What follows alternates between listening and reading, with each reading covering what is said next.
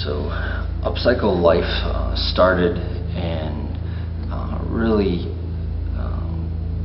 kind of towards the end of 2010, and it was shortly after I was at a conference down in Atlanta. And see, I had attended this conference for 6 or 7 years in a row, and every single time that I would attend that conference, I would sit there and I'd think about how and write down all these things that I was going to do that next year. Well, one thing that kept, I believe, plaguing me from year to year was the fact that I wanted to start some type of social entrepreneurial effort that would help our community and really make an impact in some people's lives. And I sat there just kind of frustrated that I had never really taken action on anything that I said I was going to do the prior year, and yet I was so passionate about it. I spent so much time serving our community alongside my full-time job at Elevation Church, and engaging other people into the community through our outreach partners, and just saw so much need, but never really took action. So I sat there in kind of this little crisis and said, hey, am I going to continue to just keep talking about it, or am I actually going to do something? And after that conference, that was in October, I was like, I'm going to do something about this.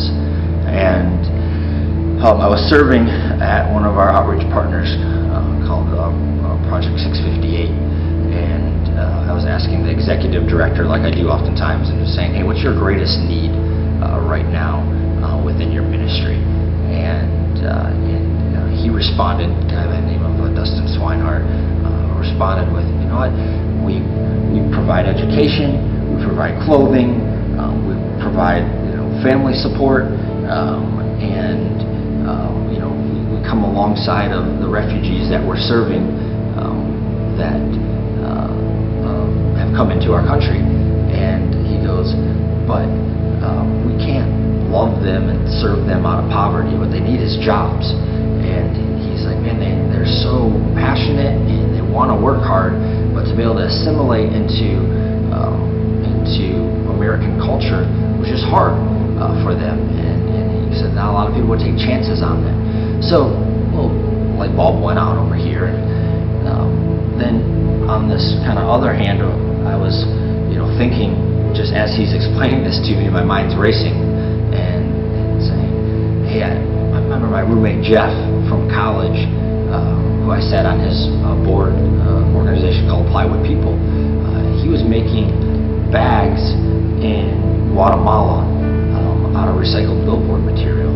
And I remember during one of our board meetings, he was frustrated that he wasn't able to customize any of these bags, or they wouldn't strip them down. He felt like there was a great market out there for conferences, that if he could strip down this bag, this satchel, wherever it was, he could sell it to conferences throughout the country that would serve as, right when you come into a conference, you got this kind of grab bag that has all the vendor information in it, and everything that's the conference is about and the program, and so you get that. And he goes, man, I feel like it'd be a cool story. Every single one would be unique, but he was frustrated. So, I'm like, what happens if I was able to marry the two of these together? We're able to teach some of the individuals in this refugee community how to sew, and then pair that up with Jeff's ability and connections within the conference world, and he'd be able to sell it. So I went to my buddy Jeff and I said, hey, what happens if I was able to start manufacturing the bags here in Charlotte? Would you be interested in buying those and you selling them? And that's really how Upcycle Life began, when he said, yeah, if you get that going, he goes, I think I could sell them.